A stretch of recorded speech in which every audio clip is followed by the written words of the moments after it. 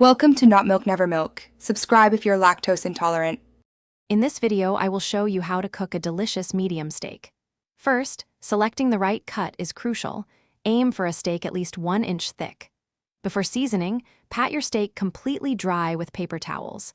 Then, generously season all sides with salt and freshly ground black pepper. Finally, let it sit at room temperature for about 30 minutes to ensure even cooking. Now, let's get that incredible crust.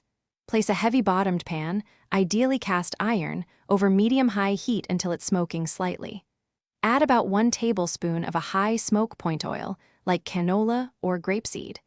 Carefully place your steak in the hot pan and sear for 2 to 3 minutes per side. This creates that beautiful, flavorful deep brown crust we all love.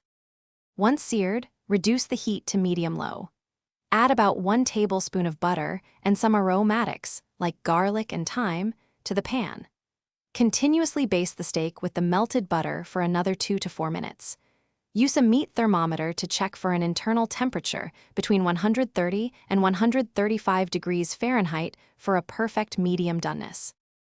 The final, and arguably most crucial, step is resting your steak. Immediately transfer it to a cutting board and let it rest for at least 5 to 10 minutes. This allows all those delicious juices to redistribute evenly throughout the meat, ensuring every bite is tender and flavorful.